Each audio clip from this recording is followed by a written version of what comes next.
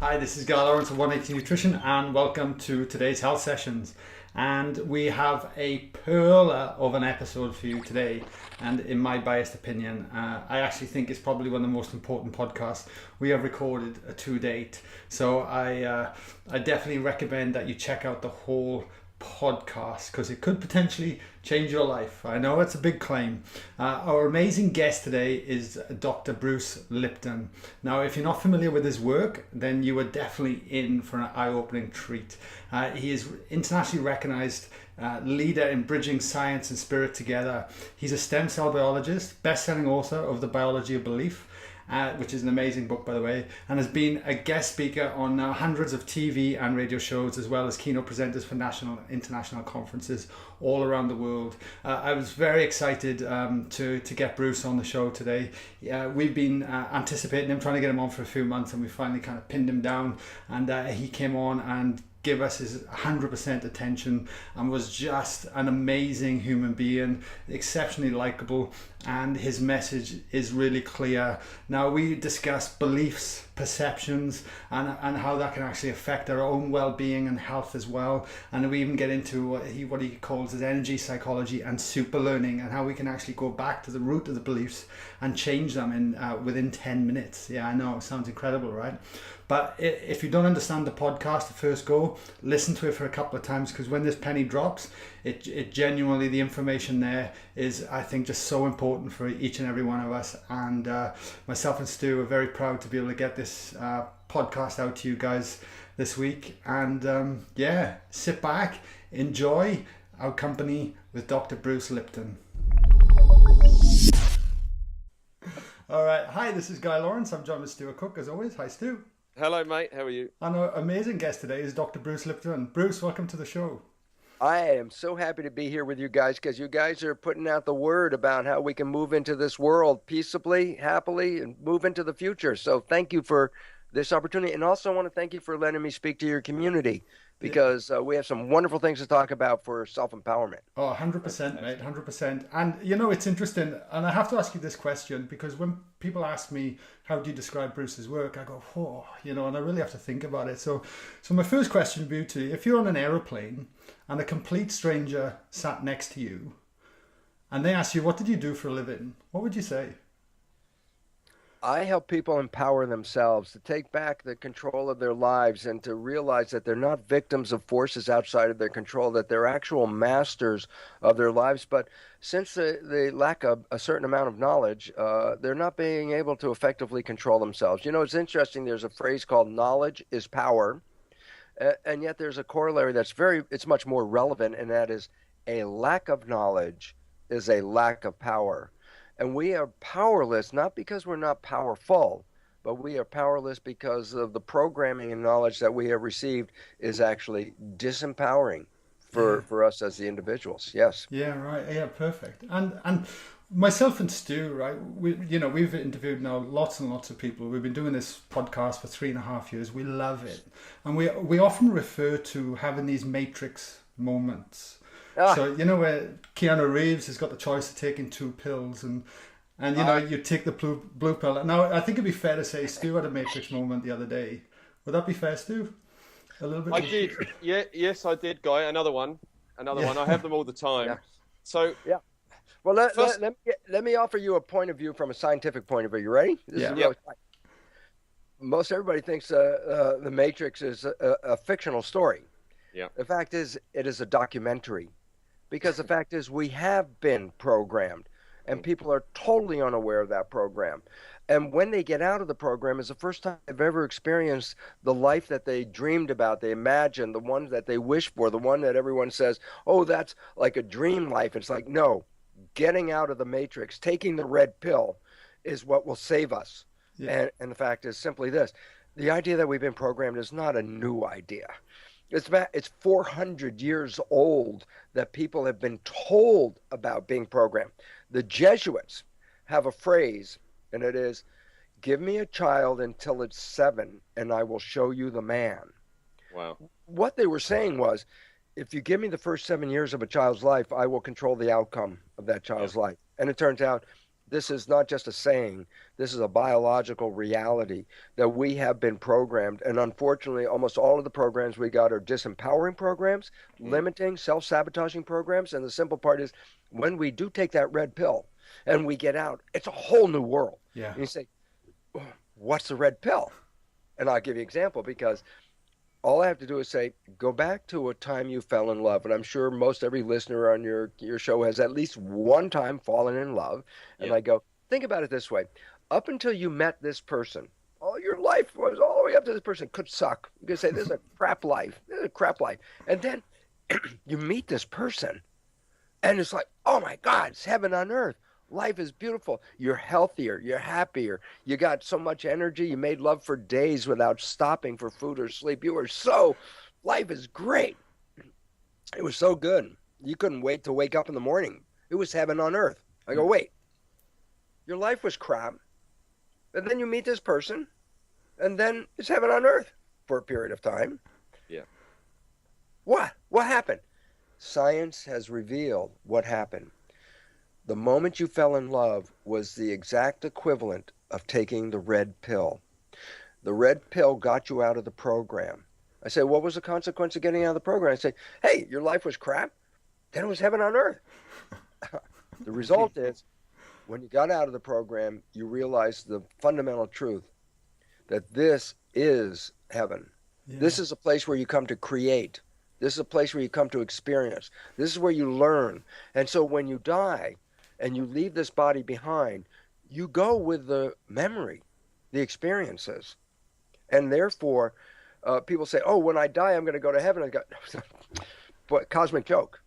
When you're alive, you're in heaven. You were born into heaven. You say, yeah, but it doesn't look like heaven. I go, when you took the red pill, when you fell in love, it turned into heaven, didn't it? And the fact was, what was the difference? The answer was, you got out of the program. The program that the Jesuits have been talking about for 400 years. The first 7 years of your life is program. And then you get consciousness working at age 7. And then you get your hands on the wheel to drive the vehicle. I said, yeah, but your driver education was the first 7 years. If you didn't get a good teacher, you got bad driver education, it's an obstacle course life. Trying to get through without hitting too many things and destroying the vehicle before the end of the ride. Yeah. And it turns out, if you understand what we're talking about right now, that you can rewrite these programs. You don't have to wait to fall in love. You can have a heaven on earth experience for 140 years of natural life on this planet. The vehicles called the human body, they don't make it 140. Why? We have bad driver education. We got crap education. We destroy the vehicles. And it's very interesting. You go to a junkyard and you look at 1,000 cars in the junkyard. You say, well, did they build 1,000 bad cars and that's how they ended up in the junkyard? And go, no, a very small percentage of these cars were built with a problem. The large majority of cars in the junkyard are because the driver didn't have full understanding of how to drive and maintain the vehicle. So the new biology says what? Simple. This biology, this is a machine. This is a biological mechanism. It's a vehicle. But what's interesting is there's a driver with driver education. You got good driver education, this vehicle will stay healthy 140 years and bring you all the joy and happiness you can imagine. You got crap driver education, this vehicle is going to be in the junkyard before you know it. Yeah, that's such a good analogy. Well, I wanted to just touch back then on the red pill that I took the other day. Yes. Because, and to give you a little bit of background between Guy and myself, so we've been on this health journey for a while now, and we've been learning so much, and it's very exciting, and new stuff every day. And I'm more of a scientific guy, and Guy is more woo-woo, okay? So, you know, I'm in the middle. You guys are both right. So I need proof, and that's kind of how I accept it and roll on from there. Whereas Guy is always very, I'm believing that we've got so much power in our minds and stuff like that. And I've said, prove it. And so he was telling me last week that, we really can influence our health just by the way that we think. And I said, yeah, whatever. Okay. And then I listened to a podcast with you, and you were explaining about Petri dishes and and the human cells and how we can actually influence disease in our body through our thoughts. So I thought, this is just unbelievable. And it made sense. The only time that I've heard it, it made sense. And I've been telling lots of people, and they've been looking at your work and finding out more. So I wondered if you could just tell us a little bit about your stem cell research. Yes. And the connection there between thoughts. Okay, it's a really wonderful insight because it's going to connect both of you back onto the same page, so you can be woo-woo and you can be scientific, because the woo-woo is scientific. Right. It's just not been recognized by the forces that are presently controlling us. Yeah. We are in the program of being controlled. Yeah. And we have bought into the belief that genes characterize our lives. Right. That the genes are responsible for the diseases and our behavior and our emotions, and that we come with these genes that, as far as we know, we didn't pick. We can't change the genes, and then we learn that the genes control our lives, and then we learn that, oh my God, there's illnesses in the family, and that these are genetic, and that I'm born into this family, and it's like, inevitably I'm going to express these genes, and I'm going to have the same illnesses my parents got, blah, blah, blah, blah, blah, which is like fear. Okay, so that's our belief system. In fact, I was teaching that in medical school when I first started teaching. Teaching the belief is called genetic determinism, which is a scientific belief that genes determine the character of your life, not just the physical, but emotional and behavior as well. Right. The relevance about that is, what does it mean to the average person? And it says this: as far as we know, we didn't pick the genes. If we don't like the genes we have, you can't change them, and they apparently control you. So all of a sudden you say, oh my God, I'm not in charge of my life. My genes are in charge of my life. Yeah. I am a victim of my heredity. Oh my God, there's cancer running in my family, so I'm going to have to get ready and prepare myself for this cancer. And we bought into this belief that genes control illness. Let me give you a fact that, first of all, should just go. And here's the fact: less than 1% of disease is connected to genes. Wow. Less than 1. I said, well, wait. What about 90+% of the diseases? Cancer, diabetes, heart attacks, Alzheimer's. Where are they coming from? The new biology reveals that it's not coming from the genes, but it's coming from the way we are controlling our vehicles, the driving of these vehicles. Yeah. I say, okay, where does that all come from? And I say, let me go back, as you asked, where did I come into this? I'm teaching in a medical school, genes control life. In my laboratory, I'm growing stem cells. And this is back in 1968. So it's like 48 years ago I was growing them. 48 years ago, I can assure you, there weren't many more people that are on this screen right now that even knew what a stem cell was. There was hardly anybody. Yeah. I happened to be in the right place at the right time. So what is a stem cell? First thing is this: stem cell is an embryonic cell. You say, yeah, but they're in my body. I go, yes, for this reason. After we're born, every day of our lives, we lose up to 100 billion cells every day are dying. Just natural. They live, they die. So it says every day while we're alive, like right now, we have to replace hundreds of billions of our cells because they die every day. I say, where do you get the replacement cells? The answer is stem cells. I said, what's the stem cell? I said, well, before you were born, we would identify a cell. I say, oh, that's an embryonic cell right there. And I say, 1 minute after you're born, I find the very same cell. And I say, oh, that's called a stem cell. I said, what's the difference? I say, once you're born, I can't call it an embryo anymore. You're not an embryo. Now you're born. So what was before birth was called an embryo cell. After birth, it's called a stem cell. But to me, they're embryonic cells. What are they there for? We need to replace these hundreds of billions of cells every day. Otherwise, we will fall apart and die very quickly. So every day, I don't care what your age are, you're growing. So I say, okay, stem cells. These are the replacement cells to replace anything that we've lost: bone, skin, muscle, brain, whatever. And I go, okay, what was my work? 48 years ago, I would put one stem cell in a petri dish all by itself, just one cell. And it would divide every 10 or 12 hours. So at first there's one cell, then there's 2, then there's 4, then there's 8, then 16. It doubles and doubles and doubles and doubles. After a week, I have 50,000 cells in the petri dish. But here's the point. They all came from one cell. The relevance? 50,000 genetically identical cells. They're all siblings. They all came from the same parent. They're all genetically identical. That's not the experiment. This is the experiment. When you grow cells in a petri dish, you put them in a culture dish, and then you put in what is called culture medium, fluid. And the reason is this: cells are like fish. They have to live in an aquarium. And so when you cut yourself open, fluid leaks out. I go, yeah, that's because your skin is covering up this aquarium. Inside is all this fluid and all the cells.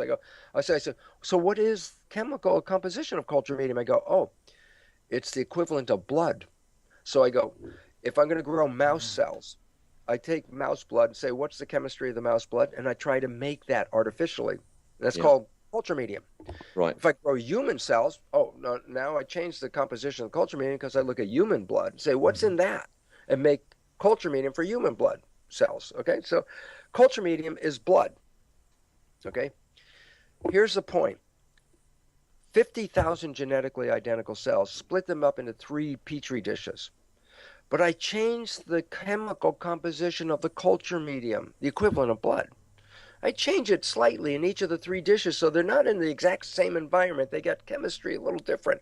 Yeah.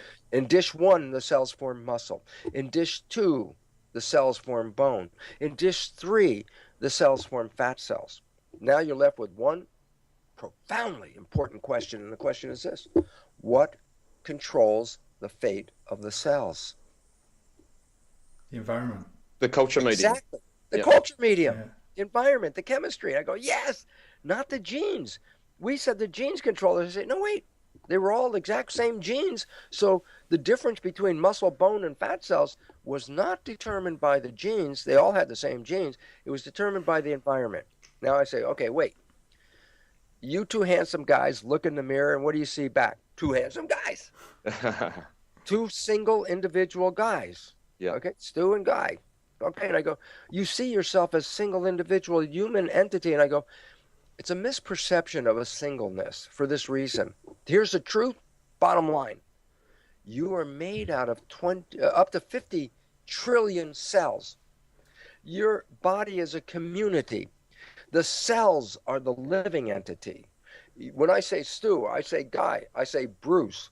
That's a name I give to a community of 50 trillion cells. Yeah. The cells, again, are the single living entity.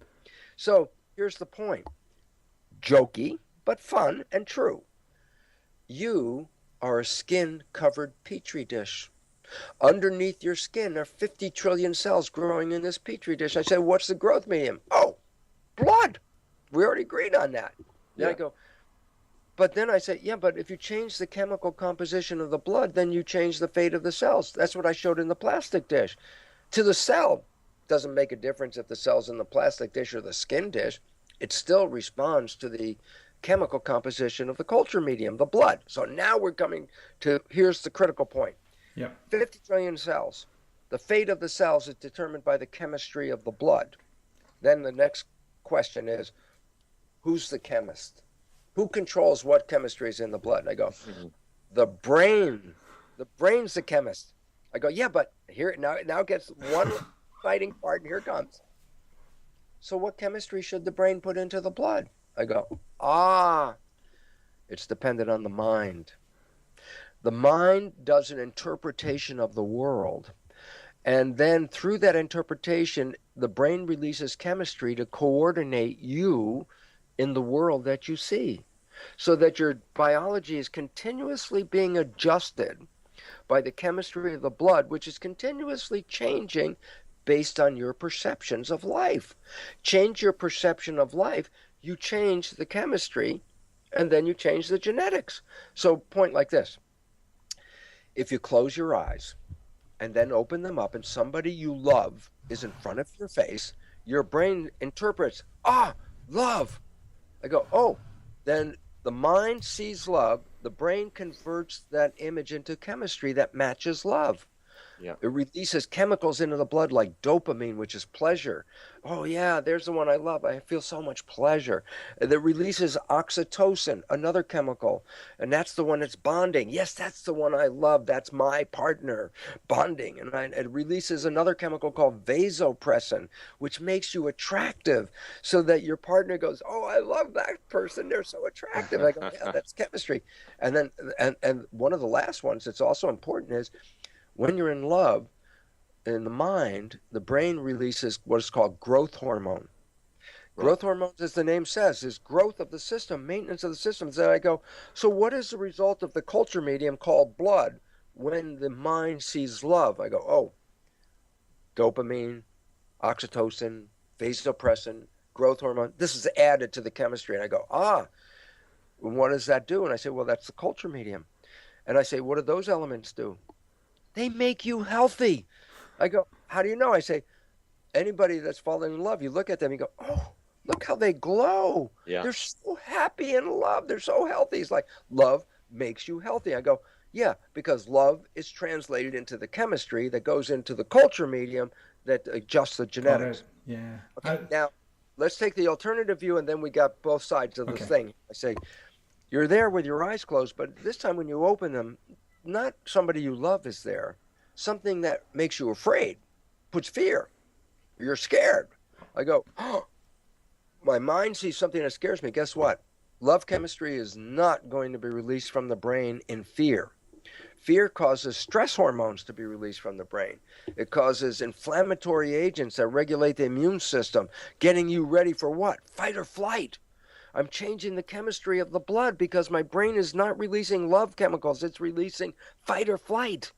I go, oh, well, it changes the genetics of the cell, changes the behavior of the system because you change the culture medium. So what was the point? Whatever is in my mind is translated into chemistry that makes my body match what I see. When I see something I love, I want to take it in and grow. When I see something that scares me, I want to wall it off and protect myself. What's the point? The behavior and the genetics of the cell were not controlled by the genes. That is a belief that we have heard our whole lives. Genes turn on and genes turn off and control our lives, and therefore I don't control them, they control me. And here's the problem. When I was doing that work 48 years ago, it revealed the genes did not activate themselves. The genes were controlled by the environmental information. If you change that environmental information, you change the genetic activity. Relevance? If genes control your life, which is what I was teaching medical students, you're a victim. I didn't pick the genes. They control. They gave me cancer. They gave me heart attacks. I had nothing to do with it. I'm a victim. The new science almost sounds the same as the old science because the old science is called genetic control, which means control by genes. The new science, which I saw 48 years ago, but was only recently named in 1990, so I was 20 years before they even saw it. The new science is called epigenetic control. So it sounds the same. I go, no, it's a revolution. Epi means above. So when I say genetic control, I'm saying control by genes. You're a victim of your genes. When I say epigenetic control, that's the new science. That says control above, epi, control above the genes. I go, what's above the genes? I go, yeah, right. It's the head, mind. the mind. Yeah. So your mind controls your head. And people go, oh, is that really real? Is that just a new age idea? And I go, look, 100 years people have heard about the placebo effect. Yeah. What's the placebo effect? Oh, doctor says, I got this brand new purple pill that's going to be the magic pill that's going to fix your life. It's purple. See how magical it is? And you believe, you say, oh, purple. God, that's a special pill. That's the one that's going to help me. And you believe that you take the pill, you get better. And then you find out down the road, it was just sugar pill. Yeah. Oh, yeah, that's called the placebo effect. I said, what is the placebo effect? Oh, a belief healed you, not the pill. The pill was sugar. So when you got healed from a placebo, you got healed not because of any chemistry in the pill. You got healed because your belief chemistry, from belief is making the chemistry, puts health back into the system. And it's called the placebo effect. And what does it mean? Your health was controlled by your thoughts, not by the pill. And everyone goes, yeah, I know that. And then, therefore, that's like the basis of positive thinking. Positive thinking, placebo effect. Oh, this pill is the thing that's positive. It's going to make me better, and I get better, and I go, positive thinking. I want people to understand this because it's much more important. And that is this. Negative thinking is equally powerful to positive thinking, but it works in the opposite direction. A placebo, a positive thought, heals you. A negative thought, and the scientific name for that is called nocebo. A negative thought is equally powerful, but it can kill you. A negative thought can cause cancer, diabetes, heart attacks. It can cause all those things with no reason in the physical body for it, except for the thought. Why? A negative thought releases negative chemicals. The negative chemicals shut down and alter the system and end up causing disease. So that's why we now recognize that over 90% of disease on this planet has nothing to do with our genetics and everything to do with our environment and our perception of the environment. And I say, so what is the bottom line conclusion? And you guys are ready because you know it. And the bottom line conclusion is this, is that it's the belief that controls the biology, not the genes. And if you're programmed with negative beliefs, then your life is a struggle, uphill, even in your health issues. Yeah. Your health issues are going to be, you're going to be sickly all your life. And it's like, oh, because of the genes? I go, no. Genes only account for 1% of illness, not more than that. All of the rest came from the belief issues of what? Not living in harmony. So that takes us back. Now let's just step one farther back and go, consider this body as a physical vehicle, like a car. You're the driver. If you got crap driving education, then you're going to kill your car. That's as simple as that. You know, if you're that hothead teenager and you're slamming on the gas and hitting the brakes, and you're going to cause that car to be in the junkyard real fast. But if you become a conscientious driver, your car could last forever. And the idea is that this biology is designed to last at least 140 years. The failure of it, what ends up in the hospital, what ends up in the grave, is not because the body was defective. It's the driver education. And the driver education is the problem. And that is where the mind comes from. I have a question for you on that, because that was just amazing, Bruce. Like, seriously. You know, and so when you're talking about the environment, is there anything else that affects the signal, if you like, to the cells outside of our thoughts that we should be aware of? Well, let's put it this way. The hierarchy of all things is mind. Yep. It overrides everything. Let me tell you how powerful mind is, because you already know. If you want to walk across hot coals, you better have your mind believing you can walk across hot coals. Don't walk across the hot coals and then in the middle of the walk say, I wonder if this is true. Because the moment you say that, you're going to get burned. You know that, okay? Yeah. I say, so what keeps you from getting burned? Your belief. So I have an external thing that should hurt me, but my mind overrides it. Number two, give you another one. If I ask you guys, I say, listen, hey, Stu, can you go out in the parking lot and pick up a car?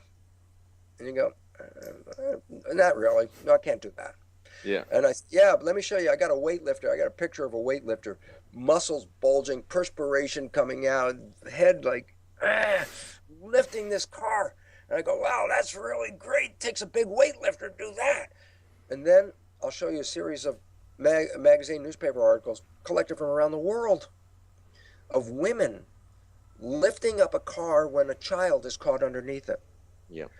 And I have so many stories of that. And I say, well, she's not an athlete. She's not even trained. She's got no real muscle mass, and she lift up the damn car. How'd she do that? And the answer was this.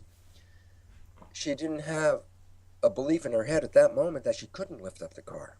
Her kid was under there. So guess what? I'm lifting up the car. I have no negative belief about that. And they do. And so I say, wow.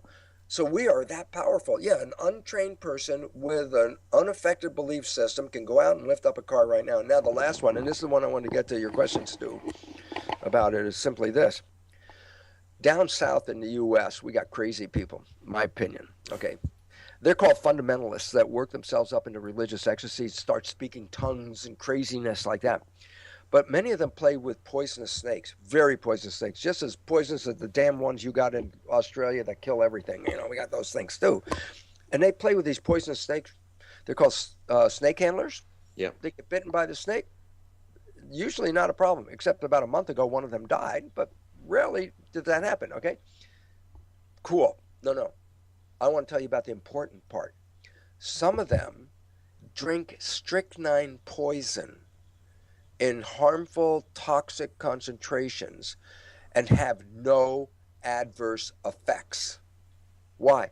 Because just like walking across the hot coals, their mind is God will protect me. It's not God might protect me. God Right. Yeah. will protect me. So there's no doubt in their mind. And I say, and what does that no doubt have? I say, it is so powerful that in the presence of an external toxic poison, strychnine, it can prevent harmful death or illness from the poison. From what? The mind. So I say, go back to your question. Well, what in the environment can influence? I said, well, a lot of things in the environment can influence you, but the first thing is, what is your mind's perception about your being weak or vulnerable to these things?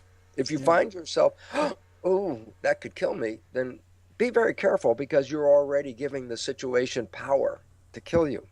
But if you get like those people and they call it testifying, proving that God protects them, and they do it without doubt.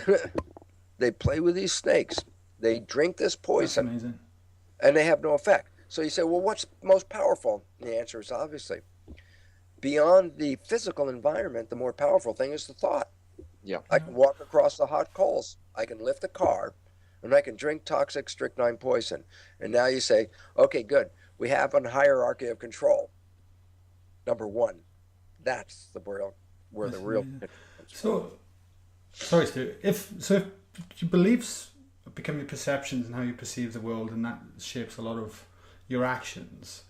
And I know people that are actively trying to change, but they keep running the program over and over and over and over again. And, you know, they get still caught up, and it becomes almost like, oh, I'm going to positive think, but they feel like they can't make the change. And from what you're saying, that most of the program's done before we're even 7 years old. Before the moment you've given up that you are not powerful is the moment you are not powerful. Yeah. That's simple as that. The moment, as I said, walk across the hot coals. As long as you keep the thought that I am powerful and I'm not going to get burned, you will not get burned. But the moment, the instant that a thought comes in and says, maybe this is not true, is the instant you will get burned. Yeah. So Game over. And so I said, well, where did you get your beliefs from? Where'd you get the beliefs of being vulnerable and weak and frail as a human being? Yeah. I said, oh, we were programmed that way. We were taught, oh, this will get you sick. This virus will kill you. This bacterium is going to make you have diarrhea. This cancer cell is going to give you cancer. And all of a sudden it's like, oh, I am a victim of these things. And I go, no, you're not. You're a victim of this thing. Yeah. And this Yeah. becomes the critical part. So it really is important for us to understand a very secret message, and that is this. Your mind has been programmed for the first 7 years. That's the matrix, and it's real. As I said, the Jesuits for 400 years have said, give me a child until it's 7 and I will show you the man. Have acknowledged to you and to everyone that if I get your first 7 years of programming, I own your life. And all of a sudden I go, that's when you lost your power. Yeah. Right. And when you let go of that program, which is an example of the red pill is falling in love is an example. Yeah. I say, no matter how your life sucked up until the moment you met that person, the moment you met that person is all of a sudden you got new life. What? How'd that happen? The answer is, it was the one moment you stopped playing all the disempowering programs you have been fed your life. And I say, why should you have been fed disempowering programs? I'll give you an answer. If you live in fear, you will pay any amount to anybody to protect you. The church did this because they said there's hell, damnation, all the layers of hell, all that. Put the pictures in your mind. Oh, how can I get out of that? Give us 10%. Give us 10% of your life. We'll get you out of that. Oh, you sinned? Give us an extra 25%. We know the guy. We'll make a deal. We'll get you out of there. It's like they've been living off of you because you're afraid that you're disconnected and that they are the connectors. And if you don't pay them, you're not going to get connected. So fear, okay? Number 2, when the fear of hell wasn't as strong, guess what?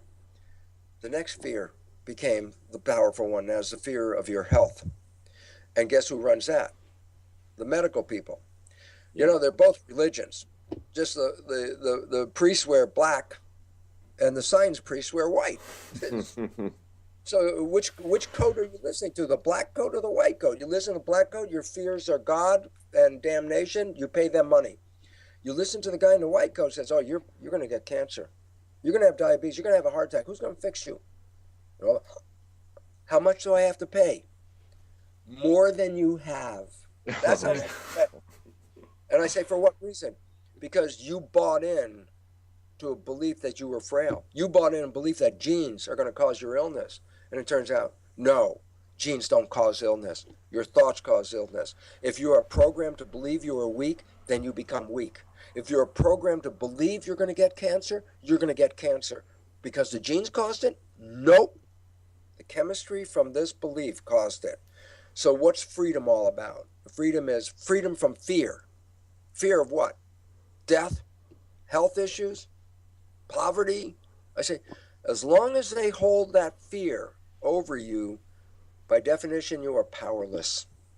Because the fear is something you can't overcome, and therefore you will give everything to those people who promise you health or salvation. And I'm going, what a waste of your life and your money.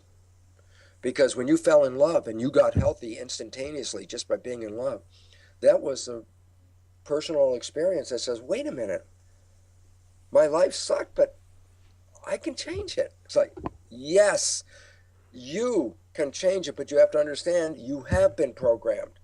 And until you get out of the program runs your life. And you can get out of the program because you can reprogram. If you couldn't reprogram, this would be a very bad interview at this moment because nothing we can do. Your life sucks. Too bad. And that's the next question. So there'll definitely be listeners listening to this going, "Oh my God, that's me! You know, I want to change. I don't want to live in fear anymore. I want the honeymoon program. Yeah, how do we install that program itself? You know, I've been on it for 20 years, and I guarantee you, it is the best program of all. And the question is this: so first of all, where do beliefs come from? Well, we said the mind. That is the first place of confusion for this reason. We say the mind, like there's one mind, but there are two parts. And here's the very important part. The two minds work together, but they're not the same thing. They have different functions and they learn in different ways. That's the critical part. I say, what are the two minds? Okay, the latest evolution of the mind is called the conscious mind. It's right behind your forehead, right back here. Mm-hmm. And guess what? That's where you are. Your personal identity, your source, your spirit, your energy, whoever you are, your source, you're back there. You're in there. You're sort of like in a desk looking out these eyes, going, wow, what's on TV today? Open your eyes. There you go. That's a show. Okay? The conscious mind is unique because it's creative. Okay? In other words, I ask either of you, I say, tell me what you want from your life. Well, the moment you start to answer that, that's by definition creative because you're explaining something you don't have. You're looking into the future, something you want. The subconscious mind, which is the first mind, is basically a stimulus response, reflex, habit mind. It's not very creative. It learns a program, and every time you push the button, it will play the program perfectly every time. For a whole lifetime. You could have learned it when you were 1 year old, and for 99 years, every time you push the button, that behavior, when it plays, will play exactly the same. It's a recording. So conscious mind, creative, subconscious mind, habits. They're programs like an old-fashioned jukebox. You push that one, that record's going to play, and it's going to play all the way until you push the next button, and then that record will play. Okay, so what's the issue? The conscious mind, being creative, has your wishes and desires, health, happiness, love, success. I don't care. That's the creative part. Tell me what you want. Conscious mind. The subconscious mind's got habits. I said, where did it get the habits? This is the most important thing. It's the first 7 years of your life. The brain function is not operating at consciousness. That takes time. That's like getting to maturity. It takes 7 years before this thing starts to do the conscious creative mind. So I said, then what was it doing for the first 7? It was in a lower vibrational frequency, brain frequency, than when you put wires on your head called EEG, called theta. Theta is imagination. Yeah, that's right. Go back to a kid under 7. They mix the real world and the imaginary world seamlessly. Why? Because they're operating from theta, imagination. So the parent says, give me the broom. The kid looks up and says, I don't know what you're talking about. This is a horse. To the kid at that moment, it is a horse. Their imagination has taken a broom, made a horse out of it. To them, in that real moment, they're on a horse. So imagination. And what else is theta? Okay, wake up, everybody. Here we go. Bruce is going to tell you what theta is. Ready? Hypnosis. Theta is hypnosis. I said, why have 7 years of hypnosis? Point. I'll ask you just, without getting the exact answer or near it, I say, how many rules do you have to know to be a functional member of a family and of a community? How many? Thousands. Yeah. I mean, think about it this way. If you say, how your father talks to a kid is different than how your father talks to an adult. It's different than how your father talks to your mother, which is different than how your father talks to a policeman. Geez, right there I got how you talk to a kid, how you talk to an adult, how you talk to your mother, how you talk to a policeman. It's like every one of those has to be learned if you want to be a functional member of society. I go, geez, that's just one thing.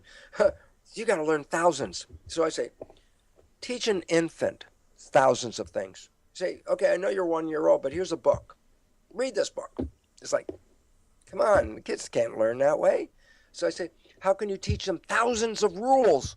The answer is, put the mind in hypnosis for 7 years. Let the kid observe the mother, the father, the siblings, and the community. Record what they observe. They see how your father responds to a stimulus, how your mother responds to a stimulus, how your community responds. What do? Download. They're just like video cameras. Their eyes are open. They're recording everything. So guess what?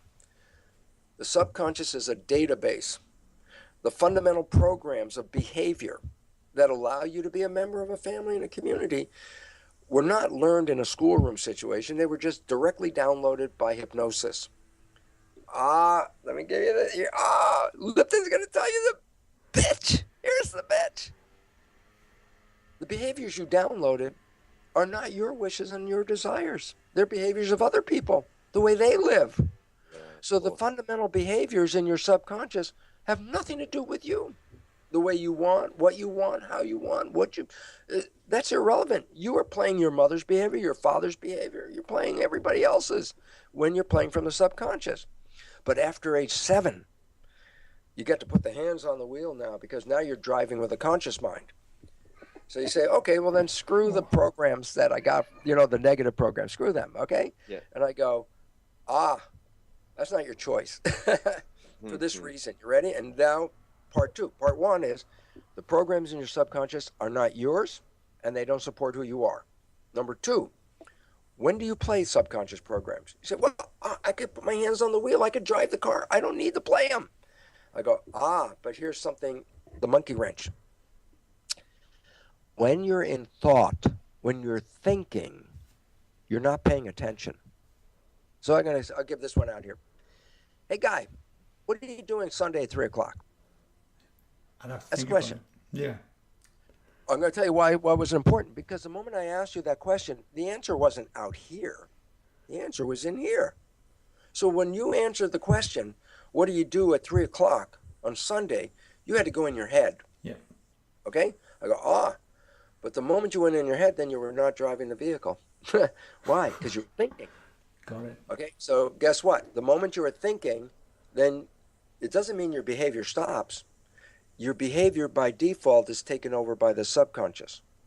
Well, the subconscious knows how to walk, knows how to talk. The subconscious knows all the behavioral things you need to know. It can drive the car. It can do all the things that you know how to do. So guess what? If you're having a thought and you walk down the street, you don't go, stop. Thought, okay, good. I got the thought. Now I can go back again. You can continue walking. If you're driving the car and you have a thought, you don't crash into things. You continue driving. Bottom line. Science has found that we are in thought 95% of the day. Yeah, I was going to say, like, the amount of people, even myself, you're thinking about your past, you're thinking about your future. Like, when do you ever stop and smell the roses and actually just be present, 5%. Wow. And so I say, well, why is that relevant? Then I say this. Well, that meant if you were thinking 95% of the day, then by definition, your behavior during that 95% is not controlled by conscious mind because it's not paying attention. It is playing the programs of the subconscious. And as an important point, psychologists will tell you, 70% or more of the downloaded programs before age 7 are negative, disempowering, and self-sabotaging behaviors. Why is that important? Now we stand back and we say, what did Lipton just say? And he goes like this: you have the power to control this vehicle, but 95% of the day you use that conscious power in thought. And when it's in thought, by definition, it's not putting its hands on the wheel. So 95% of the day you're being driven by programs. Programs of your wishes and desires? No.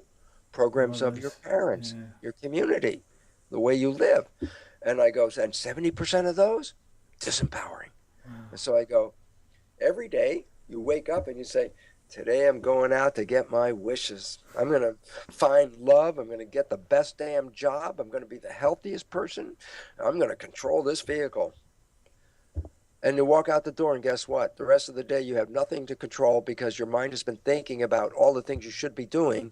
And your subconscious is 70% of the day, 70% of the 95% of the day, 70% of that, it's dragging you down. And guess what? You're the one that doesn't see it. Yeah, I was going to say, most people wouldn't even be aware of that we're running by our programs. They can't be aware for a simple reason. Consciousness is awareness, but if consciousness is thinking, then consciousness is not aware at that moment. So the behavior that you play when you're not paying attention is not your behavior, and you're the one that doesn't even see it. Let me give a story that I give in a lecture, and everybody, they laugh because they got it. Well, this is how important it is. I say, you probably had a friend, you knew your friend's behavior very, very well, and you happen to know your friend's parent. And one day you start to see that your friend has the same behavior as their parent. And you get all excited because you say, hey, you know, Bill, you're just like your dad. Back away from Bill. Yeah. He goes ballistic. Bill goes, how can you compare me to my dad?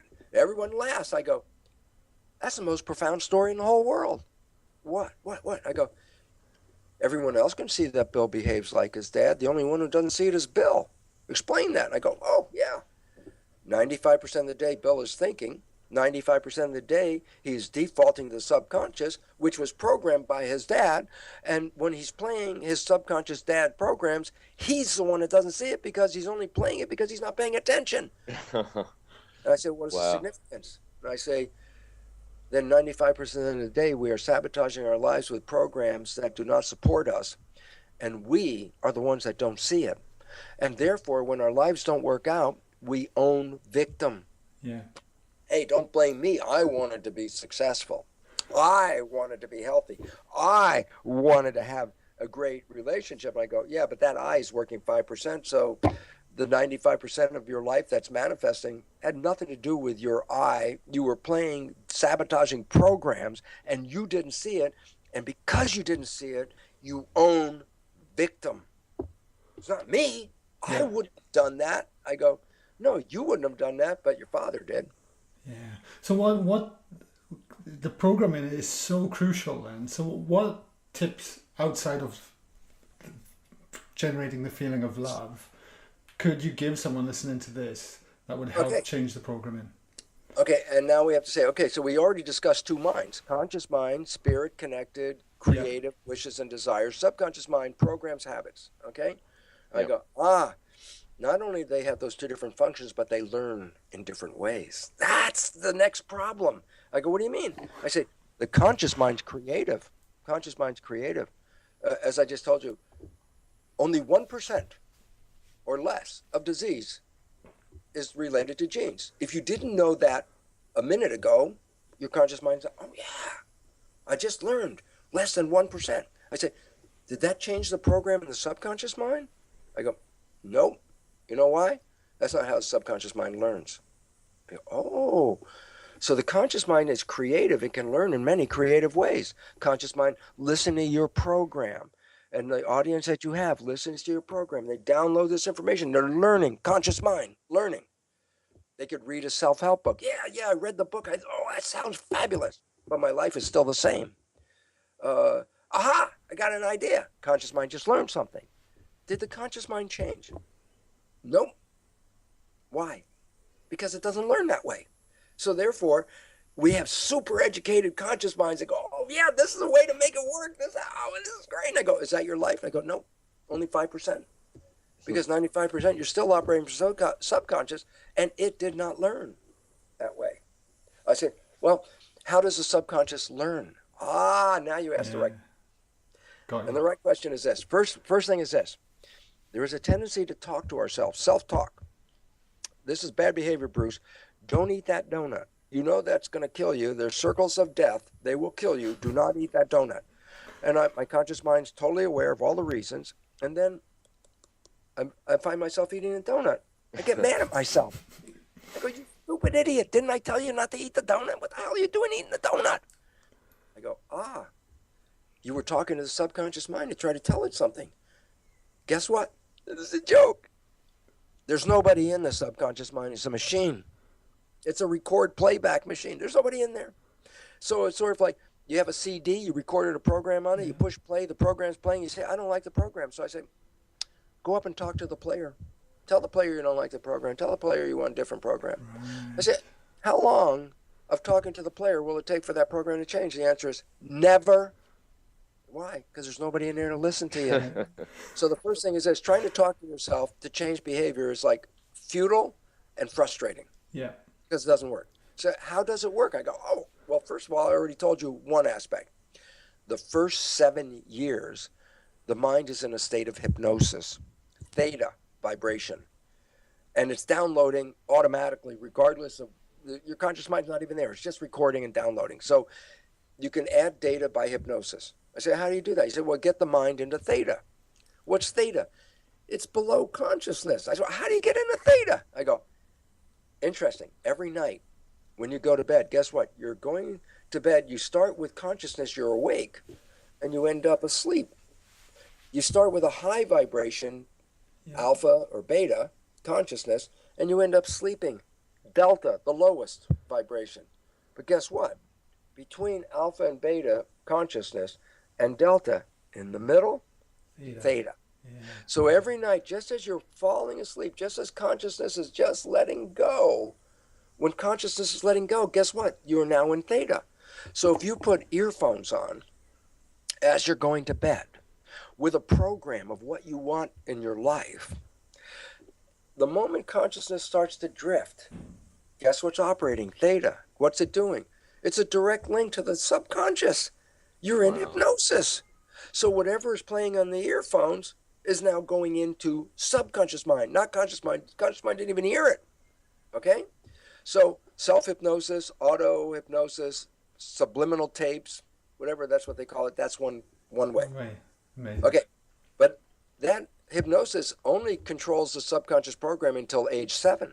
I said, after age 7, now I'm operating in consciousness. How did a new program get in to the subconscious? I go, after age 7, you create new programs by habituation, practice, repeating something over and over again until the track is built in, and now it's a behavior, it's a habit. Push the button, it will play it over and over again. No thinking, you don't have to recall it. You learned how to walk. Why? You practiced. Yeah. Once you learned how to walk, you didn't have to go back and say, like today, you say, like Stu, I want to go in the kitchen. Okay, let's start walking. Left foot, right foot. You don't have to do that. That program. All you have to say is, I want to go in the kitchen. Automatically it will carry you in the kitchen. It's a habit. So after age 7, you can put new programs in, but you have to do it through habituation. You have to repeat a process religiously, and even if it sounds weirder than crap because it's not your life. Let's say you're very sick, and I'm putting in a program, what? I am healthy. You say, why would you put that program in? I'm saying because if the program in the mind is I am healthy, then what is the body going to do with that program? It's going to create health. So if you're sickly and the mind says, no, I am healthy because that's the program, then the mind's job is to coordinate the biology to match the belief. That's what happens. So our behavior matches the belief. If I put in I am healthy, then the function of the mind is, well, I got to be healthy. And it will do that automatically. Okay, putting it in is difficult because you're sick as a dog, and then you're going, "I am healthy." It's like doesn't sound right, but the fact is, I don't care if it sounds right. Keep repeating it. Yeah. Okay, those are That's the it. two conventional ways. Yes.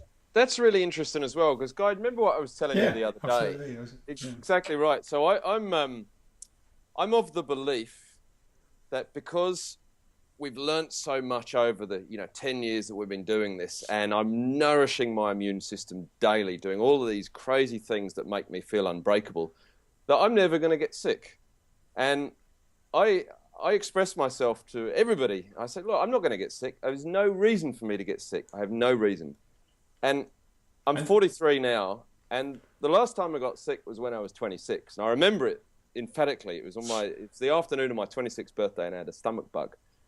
But I've got kids, young kids, and they bring bugs home from school, and we've had waves of pneumonia through our place, and I don't get it. And I always tell everybody, well, there's no reason for me to get sick. I'm not going to get sick. And I don't. And I wonder whether, well, I guess it does connect to exactly what you've been saying today. But the children are raised in an environment where you anticipate that they're going to get sick, so that in their world, sick is like, well, that's okay. Except Right. I teach in chiropractic colleges, and one of the most interesting thing about chiropractic families is they rarely ever see a doctor, take an aspirin or anything. Why? Yes. Because their belief system, which they teach from the very beginning of that child's life, is no, you're the one that can heal yourself. You're the one with chemistry inside. We don't need to go to a doctor. But other people, there's a joke because this is a program. Ready? Here's the joke. I love the joke. You ready? It goes like this. Most children grow up in a family where when somebody's sick, what do they hear? Oh, mommy's sick. She has to go to the doctor. Daddy's sick. He has to go to the doctor. You're sick. You have to go to the doctor. I say, first 7 years, I'm downloading. What did I just download? What did I just download? If I'm sick, I don't fix it. Yes. If I'm sick, I go to the doctor. And I go, oh, and now here, the jokey part. Are you ready? Yeah. Nobody said the doctor had to do anything. You have to go to the doctor. Guess what?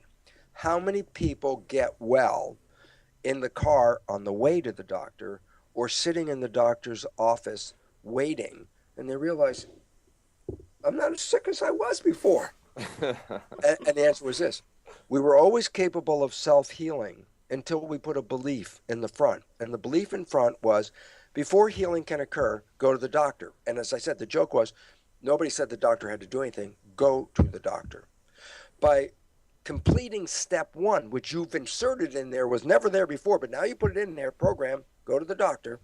By completing step one, just going to the doctor, you've already allowed the self-healing to engage itself. Wow. You could have avoided the whole damn thing if you would have had the kid say, look, tell the kid, you can heal yourself. Exactly. We're powerful to do this. You don't need to do this. Just get yourself together right here. Program them that. Why? Yeah. Because if you program them to go to the doctor, you've disempowered them because you're saying you have no control over this. The doctor does. You are not powerful. Such a huge, isn't it? It's so huge. Isn't it? And the joke, as I said, how many people are well? And it's like the numbers are amazing because they sit there in the doctor's office going, oh, I'm okay. I don't need to see them now. That's right, yeah. I'm feeling better actually now today. Funny you should mention it, Doctor. Exactly. Yeah. Exactly. Wow. So that's an example of what? A program that got in the way of natural life. Brilliant. Natural life is to stay healthy. Programs are, flu is coming. A flu is coming. Did you get your flu shot? Oh, you didn't get your flu shot. You're going to get the flu. And by not getting the flu shot, you are saying, oh, I did not prepare, and therefore I am now exposed, and I will get the flu because I didn't do what the preparation was. Yes. The fact was, the flu shots have virtually no impact on the flu, except it made you think you were protected. Mentally. How many times do you think, on average, we have to practice these habits to ingrain them in the program? Well, that's a very difficult thing because you can learn a habit instantaneously if it's an extreme learning experience. A person goes in the doctor's office, I'm happy and everything. The doctor says, I'm sorry, you got cancer and you're going to die. It's like, boom, just that. Yeah. It's like, I got to change my life. And they will change it right there. But most people, you have to exercise it. It's a time-consuming thing. So let's go to the last way of educating the mind because that's the secret that we need to know in a time of extreme changes on this planet, and that is this. There's a new form of psychology called energy psychology. There's a whole variety of modalities that are called energy psychology. I say, what's the common consequence of it? And the answer is this. You can reprogram a belief system in 5 or 10 minutes. One you've had 50 years in your life. I go, how do you do that? I say, because these modalities engage something called super learning. So what's super learning? I go, do you ever go in a bookstore and see somebody reading a book by moving their finger down the page, turn the page? No. Finger? I say, they are reading every word on the page by going like that. Just as fast as I went like that, they can read an entire page of text. So they can sit in the bookstore for a few minutes, turn the pages, and read the entire book. That's called super learning. If you engage this process, which many of these energy psychology modalities do, you can use that process to download a new belief in 5 minutes, 7 minutes, and you can walk away with a whole new program. Habituation, self-hypnosis, time element. There's a time element involved. But these energy psychologies, the time element's down to minutes. Wow. It's learning a way of, it gets involved with, okay, I don't know how many minutes we have, but... Keep going, it's amazing. You have 2 hemispheres in your head, a left and a right hemisphere. Yeah. And we know that functionally they are different traits associated with each hemisphere. So my left hemisphere is associated with logic and details. Yeah. My right hemisphere is associated with emotions and big pictures. So I say, oh, if I look at a brick wall with my left hemisphere, it sees every brick making up the wall. If I look at the brick wall with my right hemisphere, all I see is the brick wall. I don't notice the individual bricks. I see the whole wall. If I'm in my left hemisphere, then everything I do is based on logic. It makes sense because it's logic. If I'm in my right hemisphere, it's based on emotion. Okay, I said, well, guess what? Before age 7, both hemispheres work at exactly the same time. It's called hemisync, hemisphere synchronization. Yeah. Hemisphere synchronization is super learning. That's how a child can be 3 years old, live in a family with 3 different languages.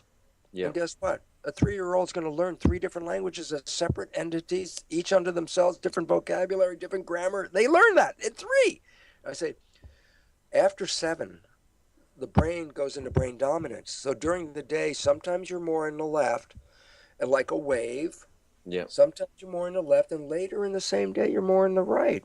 And then later, you're more in the left. So sometimes you're more logical, and sometimes you're more emotional, depending on where your wave is. What's the point? After age 7, both hemispheres are not in synchronization.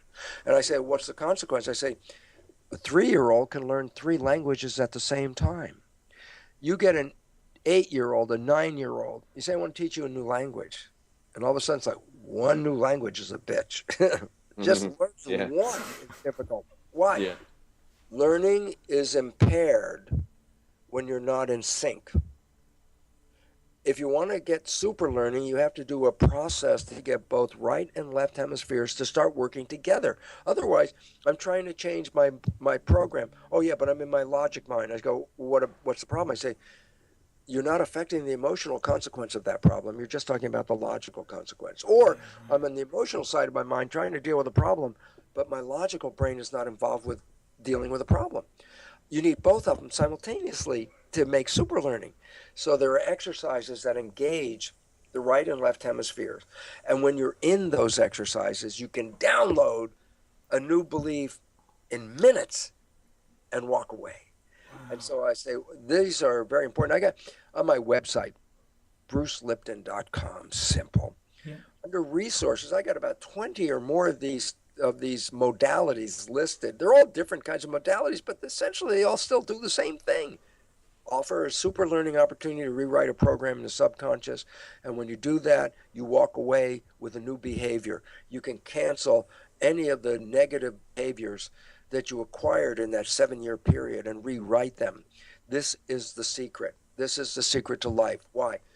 You're only being sabotaged by your belief system, not by your conscious mind. Your conscious mind got all the wishes and desires in it. It's only a subconscious program that screws you up. And if you know how to rewrite the program, then basically it says, well, then I could take my negative programs and put positive programs in. I say, well, what happens if you rewrote them? And the answer is this. And it doesn't make a difference if you're conscious or you're unconscious. Your brain will be operating in your behalf, taking you to your destination, whether it's the subconscious program or the conscious wish. They both have the same destination at that point. So the idea is now we're left with a last thing that I think is very necessary to bring to the public before I go, and that is this. You were programmed from the last trimester of pregnancy through the first 7 years of life. I go, hey guys, what program did you get when you were 1 year old? Tell me. And you're going to go, oh, I have no idea. No idea. I wasn't there.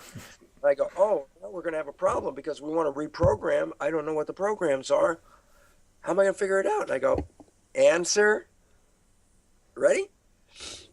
95% of your life comes from the program. Your life is a printout. So you want to know what the programs are? Look at your life. And here's how simple it is. Everything you like that comes into your life easily, how did it get there? And the answer is you have a program to support that. Everything you want that you have to work hard at, put effort into, sweat over, struggle, why are you working so hard? Answer, inevitably, you have a program that doesn't support that. So the point is simply this. Look at your life. Anything that you want that you have struggled to get is because you have a program that doesn't support that. And so what you want the program that gives you what you want. So you make a statement that is positive present tense. I am healthy. I am lovable. I'm whatever. Yeah. And in those super learning moments,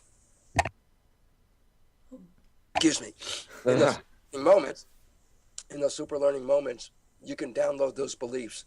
And then when you're not paying attention, guess what? You're not playing destructive beliefs. Yeah. You're playing beliefs that support you. So you can create a honeymoon of beliefs, the way you want your life to be perfect. Download those beliefs. And whether you're conscious or playing the automatic behavior, you're still going to the same end, happily ever after. Fantastic. That is absolutely profound. Unbelievable. Man, that's amazing. That is you absolutely already, amazing. you know it already. You've been you said not sick for 20 years. Why? The belief that says sickness coming in? No. Yeah. No reason. Right? Powerful. Yeah. And most people do not have powerful. Most people have, virus is going to get you. Bacteria is going to, germs, kill it. Like, you are more powerful than germs and viruses. You are the one that's in charge. We're more powerful than we can ever imagine. That's just so for all of those that have to find out more, which is I'm imagining going to be pretty much everyone that has listened to this today. You spoke about the modalities and all the information on brucelipton.com, so we can just send them there and they'll find everything. Absolutely. Very simple. One destination. Do all your shopping there. It's free. You can download all these articles and videos and YouTube thingies and get discussions. You can download all that. It's all on the website. Brilliant. Fantastic. That's awesome. I reckon, look, actually, we have one question we ask every guest on the show, Bruce, before we wrap it up. And it's, what's the best piece of advice you've ever been given? It's interesting because it was the first piece of advice that I didn't understand, and it took me years to get there. And I had to, it's like when I went back to it, it's like, oh my God, I got that advice the first thing when I was growing cells. And my mentor, Irv Konigsberg, was the famous biologist who did cloning. That's how come I ended up cloning stem cells. Right. And the first time I did a tissue culture with him, and I put this new Petri plate with the new cells into the incubator. And he looked at me and he said, now, Bruce, when you come back in the morning, if those cells don't look healthy, before you blame the cells, recognize that the most likely problem is the environment in which you're growing them. And it took me years to realize that our health inside under the skin is not because of what's happening under the skin. Our health is a complement to what's going on in that outside world. So if you find yourself unhealthy, the first thing we say, oh, my cells are stupid, my genes are stupid, the virus took me, the bacteria took me. I go, no. It would never have done that if you were not responding to something stressful in your life. that if you understand the environment, keep your environment healthy, your cells will always stay healthy. Because 99% of people on this planet got here with a genetic program to have health every day of their lives. Yeah. It's only that 1%. I mean, there are people who have a problem, but when you get down to 1%, it's not the massive situation we're dealing with. To believe. Yeah. No, it isn't at all. Yeah, That's so the whole idea is this: illness in your body, almost always a reflection of you are not living in harmony in the environment in which you are living, which is then best because when you blame the body, that's why we take all the pharmaceutical drugs. They put the drugs in there, fix the cells. I go, the cells didn't have a problem. They were just responding to what you were doing. Change what you're doing, and it comes back. Placebo effect. I don't need the real pill. Just give me the sugar pill. Yeah, exactly. Just give me the drive to the doctors. I'll be fixed. Yeah, fantastic. Yeah, don't let me in the office. Just let me in the waiting room. Bruce, brilliant. Yeah, thank you so much. We will send as many people as we physically can to your website, brucelipton.com, because everybody needs to listen to this information. That was just awesome.